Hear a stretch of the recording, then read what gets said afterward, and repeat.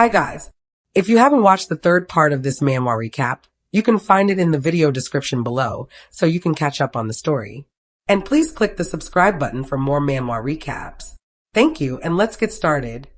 Now, Kamut saw that Reinel is exhausted from her loaded homework and the many tasks that she needs to do. And for him, he had already guessed it, since Reinel has been trying to learn a lifetime's worth of lessons in such a short period of time. So he's thinking if maybe he should tell Punxia's wife to slow down a bit with the lessons. But then, Kamut remembers that he saw that teacher earlier and she was filled with determination. She also said good words about Miss Reinel, praising her learning ability as the fastest among all the students that this teacher has ever taught. She mentioned that Reinel is very good at memorizing and that her comprehension skills are excellent. She also added that Reinel was truly a woman who would be able to stand by Kamut's side. But hearing all of those sweet and encouraging words about Reinel is different from the current situation, where she is crying while eating some sweet fruits. She tells Kamut everything that she did, and also explains how the teacher even gave so much work on just the first day of the lesson, plus a mountain of homework that she has to finish. Kamut can't help but just smile, and he suggests that maybe they can change the tutor if Reinel feels that it's too difficult. Reinel tries to agree, but in reality she knows she can't do that, since she's the one who said that she wanted to learn in the first place. So, she can't just run away on the very first day, because if she keeps running away when things get tough, then she will be left with nothing. So for now, Reinel decides that she will ask the teacher if she could slow down the lessons a bit. Reinel also noticed that Kamut looked exhausted lately, but for him, he didn't know about it. Because of the golden wolf blood that flows in him, he feels nothing about tiredness. But for Reinel, she was concerned because Kamut hasn't had a proper rest ever since she came back with him to the palace after fighting with Llewellyn and the Bosgurt. Except for that time when Kamut got hurt after he won, he has just been working nonstop without taking any real break. So, for Reinel, she was just worried that Kamut might collapse all of a sudden if things keep on going like this without stopping. So, no matter what Kamut said or how much he denied the tiredness of his body, Reinel believed that his heart can still feel tired. No matter how strong Kamut is, if his heart gets tired, he might collapse at any time without any warning.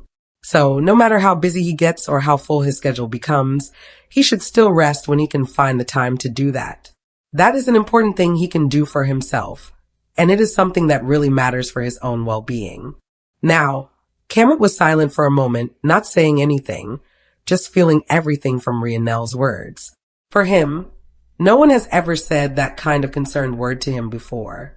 All of it was always about surviving as a prince and increasing his power more and more. That's what people around him want him to do, and that's what they always told him to focus on. The words weren't said out of malice or bad intentions. Rather, what they said was necessary for Kamut, and those things were what they thought were best for his role. But even so, Reinel was the one who is becoming a place of rest for Kamut. So, for Kamut, no matter how tired his heart grows, he'll recover in an instant. Realistically, Kamut doesn't have a lot of time to rest right now. It hasn't been that long since he officially became emperor, and he also has to prepare for the banquet that will be held to celebrate the coronation. So, Reinel wants to help, but she wonders, isn't there anything she can do? Anything at all? Now, on the hallway while she and Maddie are walking together, the maid walking beside them offers a suggestion. The suggestion is to give a gift, something that Kamut can have on him at all times. It doesn't have to be something expensive or fancy, but if Kamut has something that Miss Reinel gifted him, something he carries with him at all times, then he'll definitely still feel happy, even when he gets tired. Now, Reinel doesn't know where she should buy it or where to start, but the maid suggests that Reinel should get someone to go with her. Someone who can serve as both a guard and a guide, because she might still get lost or scammed or something could happen along the way. So the maid suggests again that it might be best to go with Marquis Namiel. Now, they have already prepared the carriage, and inside of it is Reinel. Marquis Namiel is now happy because he gets to take a break for a moment and clear his head for a while, because he has also been researching this and that with Lady Myrddin. And so they've been trapped in work and haven't been able to go home for a few days already. So Reinel is shocked hearing this, like postgraduate students who have been locked up by their professor. So Marquis Namiel goes on to explain that it's either something to do with the Kroban Rock or research into divine animals. They have also been doing research on demonic magic too, in order to prepare for Bupellos who could possibly reappear at any time. And they need a lot of knowledge about demonic magic, so they've also been researching items that hold divine powers, as well as special magical items. This accessory that Marquis Namiel is wearing right now is actually a prototype. Finally, they had already reached the capital of the Bullfric Empire, which was located in the southern town of Lunarin. Reinel was delightfully surprised and excited to see this place with her own eyes. She didn't really realize how different it was, since she had been staying inside the palace the whole time, without going out much. To think that all these different species were all gathered here together like this, it was quite amazing. There was a werewolf woman walking down the street and an elf standing nearby. And this place was selling some really interesting items, things that Reinel hadn't seen before. There was even a street performance happening right there in the middle of the town, adding to the lively atmosphere. So, for her, she told herself that she needed to be careful not to get distracted. But then again, there was a happy atmosphere around her, and delicious food was right in front of her. That's why she had no choice but to grab some of this food. While she was happily eating the food and talking casually to Marquis Namiel beside her, something unexpected happened. Suddenly, there was an outrage, a commotion caused by a group of unknown people. One man was holding what looked like a rope weapon, and he was pointing it or threatening it against a young man with blue hair. But this face, that young man's face, it was familiar to Reinel. Marquis Namiel is watching this scene, knowing the world is overflowing with people like that. When Marquis Namiel was among Emperor Kamut and his people, it was easy to be under the illusion that everything was peaceful and everyone in this world was kind. However, as soon as you take one step away from the light, you see the despicable people. Those who slip through and evade the law to enslave others. And those who ignore scenes where human beings are treated like objects and consume it as if it were a spectacle. While he is in his deep thinking, Reinel doesn't wait for any seconds just watching this, because she turns into crow form and flies against the long-haired man. Reinel does not stop pecking the man's hand, and Marquis Namiel is shocked at this, since when Reinel transformed to her true form as a crow. Now Reinel is busy with this long-haired man, but she knows she has seen in the game before this blue-haired man. Reinel is mad on how could people leave a scratch on such a beautiful face. The visual otaku in Reinel will not allow it. Must protect beautiful boy at all cost. Now the fighting is done, and Reinel goes to the beautiful boy to inquire about his situation. So the long-haired man grabs his whip rope, but Marquis Namiel speaks. That won't work. If this guy does not want to be punished by their guardian spirit, it's better he can stop now. But this long-haired man is mad, asking Marquis Namiel to not butt in and get lost. So Marquis Namiel will introduce himself first as Charmalt Namiel, the son of Duke Charmalt, the younger sibling of the previous emperor. And he holds the title of Marquis and is training as a magician. He says this because the humans who only value power and stomp on others become nothing in front of higher power on the basis of their own logic. It's as if you are choking yourself. Now this ignorant man is just a Baron Gilla. So Baron, show respect to someone who is much more important than him in a place like this. Now Reinel is talking, and for Baron, he realizes who is this crow. Now Reinel transforms into her human form, with a mad face that she seems to want to give a gentle punch to this Baron. So for Baron, he instantly bows to pay respect and apologize for what he did, trouble, because he knows that he is talking to the future empress who's the talk of the town. And Baron even saw Reinel with his own eyes during the coronation. But for him, he doesn't have any idea that he will see Reinel outside of the palace like this. Suddenly, an old woman, is coming, and it's Lady Myrddin, the head magician of the royal magicians. But she looks like an ordinary woman. Just by appearance, no one would think she is such an important person, but she is. Now, Lady Myrddin casts a spell to the people, and she commands them to go back to minding their own business. That spell makes Baron shocked. That's a widespread hypnosis, a spell that affects many people at once. Lady Myrden goes back to the topic, where she says she will pay enough to the blue-haired boy so that Baron Guillaume will free this young man. But Baron does not want that. He refuses. So Lady Myrden gives some words. Words that Baron wouldn't choose to ignore. She says that he shouldn't turn her, Marquis Namiel, and the lady who will become the most valuable person in the empire, into his enemy. Now, Baron feels the weight of those words, and he doesn't have a choice. He has to agree. And so, he leaves the place. Now for this blue-haired man, he was always a slave. He was always someone who belonged to an owner. So he never thought to run away. Running away was never in his mind. But unbeknownst to him, he felt an extremely strange aura today. And he got distracted, even just for a moment. That moment caused his master to become angry, because his master thought he was trying to run away. Now more and more problems and questions are entering for this blue-haired man. He doesn't know what will happen. Now that his master left, everything is unclear. So Reinel shows that expression, and she is asking if he is alright. For her, she knows too many things happened at once, and it must have startled this boy. But Reinel gives reassuring words to not worry too much, because he won't have to suffer anymore. He just has to live his life now. That word, that smile, that warmth make this young man amazed and speechless. A truly new light of hope that he can feel. Now that Lady Myrden is casting a spell, that means they need to go now.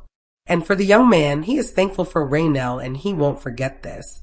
He really won't forget what she did. But for Reinel, she just wants this boy to get a proper treatment for his wounds. That's what matters to her. And she wants him to live a happy and healthy life. So the young man is happily agreeing. He is really agreeing with joy. And even Reinel is happy too, to see this type of teleportation spell, the one that she kept hearing about. Now Marquis Namiel gives a new robe for Reinel, because the old one got dirty. It's not usable anymore. So Reinel thinks about the person she saved. That person had an extravagant appearance in the original game, very different from his current slave appearance. It's really unlike how he looks now. Considering the situation, Reinel is sure Grandma Myrden would have rescued him even if Reinel hadn't. It's far more important to save a human life than to get hung up about the original story. That's what really matters in this moment. So Reinel sincerely hopes that person becomes happier. Truly, she just wants that person to be happier. Now Grandma Myrden is going to let this young man live not as a slave, but as a respectable person. She has made that decision clearly. That means this young man will no longer be treated like an object, but like someone who deserves respect. She says that she can teach him everything she has learned until now. All the knowledge, all the skills, she will pass them on. So he can much better prepare himself for what comes next. He needs to be ready. He needs to grow. One more thing. If this young man follows everything, if he listens carefully and learns well from what Grandma Myrden teaches, then she will let this young man see Reinel again. That is a promise she gives. Now everything is done. The situation has been handled. And for Grandma Myrden, she is now going back home, because she needs to take care of a friend. That friend is very ill, so she has to return. They can start the lesson tomorrow. There will be time for that. So, for the young man, he will do anything for Reinel. Anything at all. Because she is the light he can see for his life. The only light. Now, Reinel is tired because they seem to have already explored half of the town. They have walked a lot and checked many places. But still, she can't find anything. Nothing that feels right. Suddenly, she sees something interesting.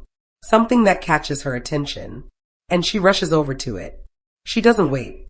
She starts buying some of these things. These items seem useful. And with this item, she can make a gift. A gift that she knows Kamut will like. She is sure of it. Now back at the palace, Kamut is really giving his best. He is working hard for the upcoming banquet. A banquet where he can invite as many people as possible. He wants everyone to enjoy it. And he makes sure it fits perfectly within the budget. He is careful with everything. Suddenly, Maid Nadia is knocking. She is informing him that Miss Reinel is looking for him. So Kamut instantly steps out. He doesn't wait. He steps out without even knowing that the time is already late. Now the maid informs him that Miss Reinel wants to meet in the garden. She tells him clearly. And within a few minutes, Kamut has already arrived. He is in the garden now, and he is calling Reinel's name. Suddenly, a small petal is slowly falling to the ground. It floats gently, and it's Reinel in her crow form. She is coming down, little by little. She slowly turns into her human form, gracefully, and then she lands on the ground. She asks Kamut for his hand, because she will give something. Now Kamut is blushing while his eyes are closed. His face is warm, and his eyes gently shut. But for him, he is expecting this type of gesture to be a ring gift. That's what he's thinking. Something small, something shiny, something that fits on the finger. But Reinel is focusing. She is concentrating on the things she is going to put together. Her hands are moving carefully. She is placing every part with care. And finally it's done. And surprisingly, it is not a ring. It is not a necklace.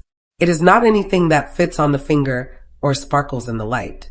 But it is a pair, two wonderful and amazing bracelets. A matching pair. She calls this a lucky bracelet. It's something special that she made by herself. Kamut is surprised by these things. He didn't expect this. So Reinel explains. She explains that Kamut has been busy these days. Very busy.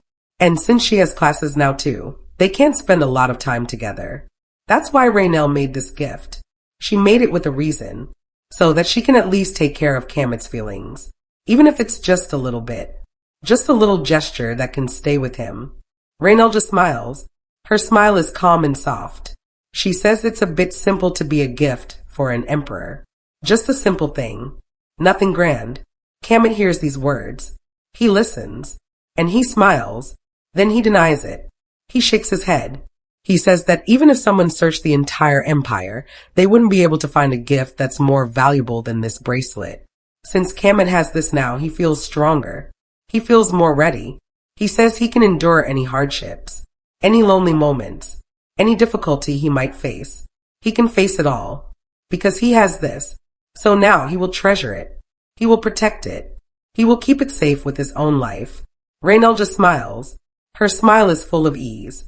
She is happy, while they both hug, gently and quietly. For her, she doesn't want Kamut to risk his life for that bracelet. She just wants him to be okay. With that, it becomes a happy moment. A really lovely moment. For these two as a couple. A truly happy and touching scene. A scene that you can feel. Now they're going back to the room, taking slow steps along the hallway. So Reinel can take a rest, and Kamut will finish the remaining tasks that are still waiting for him. So Reinel, while walking beside him, suggests that he should continue and finish it tomorrow instead. Kamut wants to do that, he truly does, but if he does that, it will only create more work for those under him, and he does not want to trouble the people working for him. Now Reinel gets an idea. She suddenly sits down on the floor right in front of Kamut, and then she asks Kamut if he can lie down there for 5 minutes before he goes. If he can't sleep early, then at least he should rest, even just for a short while, even if it's just for a single moment. Now Kamut hears this and responds. He mentions that the present wasn't enough already, and now Reinel is even giving him this opportunity too. So he says that he will have to make today a national holiday. Reinel is shocked after hearing that, shocked at this kind of power, wondering if he can really do that. Kamut informs her calmly that he is the emperor, so he can do anything he wants. Now with that confident expression on his face, it amazes Reinel in a way she didn't expect. But for Kamut, it truly would not be a problem to create a national holiday.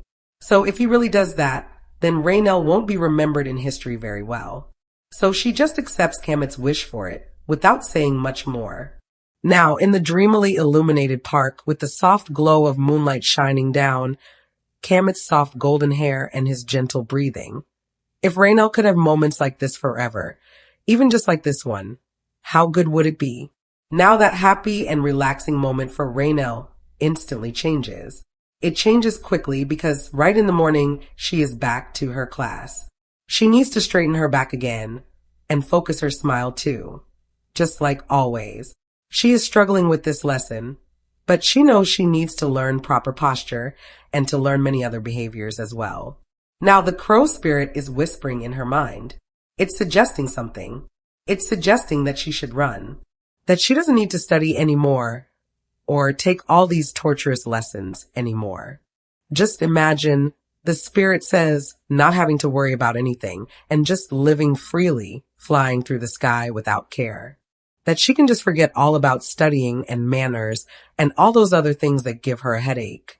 Now that short moment of relaxation is suddenly interrupted. It's interrupted because the teacher is calling Reinel very loudly. Because Reinel has turned into a crow again, and the teacher sees it. The teacher says she cannot do that. Even if the lesson is difficult, even if it's very tiring, if she keeps transforming into a crow every time something gets hard, then her life in the palace will become more difficult too. The nobles will take this as an opportunity to attack her. Reinel understands this. She really does. And that's why she came here in the first place, because life in the wild was too hard. It was full of ogres, full of monsters, full of large animals. So if she was going to run away like this, just like that, she wouldn't have even started in the first place. Now she is back to her human form once again, and she apologizes for what she did earlier, acknowledging her mistake. But now she says that she will try her best to overcome it, no matter how difficult it may be. And the teacher, seeing this change, is pleased to see Reinel looking so determined and motivated.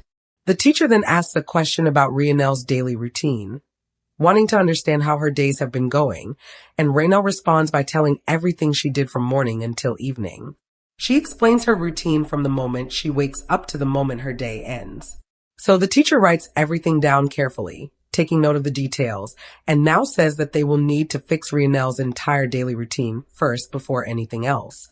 Then the teacher informs Reinel that the emperor had said not to worry about the budget when it comes to Reinel's training and needs. So, because of that, the teacher went ahead and made a special room just for Reinel. That will be the place where they are going to learn the behavior and etiquette of a noble person, step by step. Additionally, the teacher has even arranged for a group of maids to assist Reinel in her learning. As she learns to manage and interact with these maids properly, Reinel will slowly become more comfortable and natural in her role as a noble. She will grow more used to this kind of life. But Reinel is worried about one maid in particular, her friend, Nadia. So the teacher gives her some good news and informs her that Miss Nadia will be the one to lead these maids. That's because Nadia has been promoted, and now she can assist Miss Reinel even better than before with this new position. Now Reinel is happy after hearing this, and she congratulates Nadia for her promotion. But the teacher gently reminds her that she must remember to be graceful, even when giving congratulations to someone. It's part of her training and behavior as a noble. Both Nadia and Reinel nod and agree to watch their behavior carefully, both as a maid and as a noble. Now, for the last part of preparation, Reinel needs to become more familiar with noble culture. So she will need to change into a new dress, one that is much more colorful and one that is well dressed, proper for her noble image. But this dress is still a nightgown, used as a starter dress for Reinel to begin with. However, what Reinel is wearing now is not just a normal dress. This special dress has a unique feature. It can follow her form even if she transforms into a crow and then back into her human form. The dress will still remain on her. But now this new dress is a problem for her, because if she turns into a crow or back into a human again, it looks like a plucked bird, and it's really a big problem for her. Now, Reinel doesn't want to get humiliated by the people if ever that kind of thing happens, so she starts kneeling in front of her teacher and begs to change the order. She would rather study all night because the dress she is wearing now is her feathers. If she takes it off, Reinel doesn't know what will happen. She is not sure how things will turn out, and that uncertainty is something she doesn't want to deal with in front of other people. Being exposed in that way would be too much, especially when she is still learning how to live among nobles. She feels like it's better to avoid any situation that might bring shame or embarrassment, especially in front of others who may judge her. Now, the teacher hears this, and the first thing she thinks about is her curiosity. She wants to see what would happen. That thought is strong, and it lingers in her mind for a moment. But showing her curiosity is not becoming of a noble. No matter how curious she is, she cannot be rash here. She must act according to the proper ways and maintain her image as a noble. Letting her personal interests get in the way of Reinel's comfort is not the right thing to do, and she knows that. so she holds herself back. Now the teacher already understands the problem and asks Reinel to not kneel anymore, and they will bring Lady Myrddin here to give them her counsel. That way, Miss Reinel can also feel more comfortable. Reinel doesn't have to worry or panic, and she won't feel forced to do something that might cause more trouble. It is better to wait for someone with more knowledge and experience. With Lady Myrddin's help, things might be solved in a better way. Now, within a couple of minutes, the head magician Myrddin arrives and is happy to hear about the problem. Even she never once thought about what would happen if a crow changed their clothes, so she wants to see what happens in that situation. She finds it fascinating in her own way. As head magician, she can fix every problem Reinel is facing right now. That is what she is here for, and she is confident about that. So Reinel agrees and changes her dress, and as soon as she steps out, a beautiful and cute Reinel appears. Her new dress fits her perfectly. The design, the fit, and the way it moves with her is all just right. Everything about it feels like it was made for her and only her. Even she is a little surprised at how good it looks, but she stays quiet and focuses on the next part. Now Myrddin wants to see if Reinel can transform, so she agrees and instantly transforms into a crow. Everyone is standing and watching this scene, and the teacher is slightly disappointed because Reinel's feathers are still attached. She expected a more clear transformation, maybe something that changes the dress fully. But this is how it turned out. But for Myrddin, this is something new, and they will try to research and study it. It's not every day they get to witness this kind of event. Even when Reinel transforms back into her human form, that feather dress disappears and takes the place of the previous clothing. So this is another new thing to research. They don't yet understand the full details, but it's something that might help in the future. Now the problem seems to be solved, and the teacher will now order the dressmakers immediately to make new and beautiful dresses for Reinel. So Reinel is surprised by the result, and from now on, she can wear expensive clothing just like the other nobles. She never thought this would be possible, but now it is. And finally, she can flex the gems and jewelry that Kamut gave her as much as she wants. She doesn't have to hold back anymore. Now the time has passed, and finally, a new morning has arrived. The sunlight gently brightens the palace walls, and the atmosphere is slowly shifting into the kind of busy pace that only happens when there is an important event about to start. For Reinel, she is preparing for her new dress and makeup for the banquet. Nadia and the maids are helping her with this preparation, assisting her step by step to make sure everything is perfect. They bring in various accessories, they check every detail of the fabric, and they work on making sure her hair and makeup match the theme of the evening. Now, in the ballroom where nobles are dancing with their own partners or loved ones, music is playing softly in the background while a conversation is happening on the side. Two knights are talking. They are standing near the edge of the room, keeping watch, and they are talking about how Miss Reinel still hasn't arrived. But since she isn't officially married to the emperor, according to the order of entrance, she'll be entering before the emperor. So they need to escort Reinel until the emperor arrives and make sure she is safe and properly guided to her position. One knight agrees with this, since this place is filled with nobles who weren't present at the coronation, along with those from foreign nations who are attending the banquet for the first time. And there are those in the newly created nobles faction that are targeting Miss Reinel's position. There will definitely be those like Llewellyn who will have an unnecessary amount of interest in Miss Reinel as well. Therefore, this knight will have to protect Miss Reinel in the emperor's place. It is not only a duty, but also a responsibility to make sure she is not left unguarded in a crowd filled with unknown intentions. With just a few hours of waiting, finally, Reinel is now entering. She walks calmly yet confidently toward the entrance. Everyone inside seems unfamiliar with this name when they first hear it. They look at each other quietly, some whispering, wondering who this Reinel person is. They even think that Reinel is a commoner because her name has not been widely spread or recognized yet among certain noble circles, especially those from foreign places. But then, a step sound echoes through the room.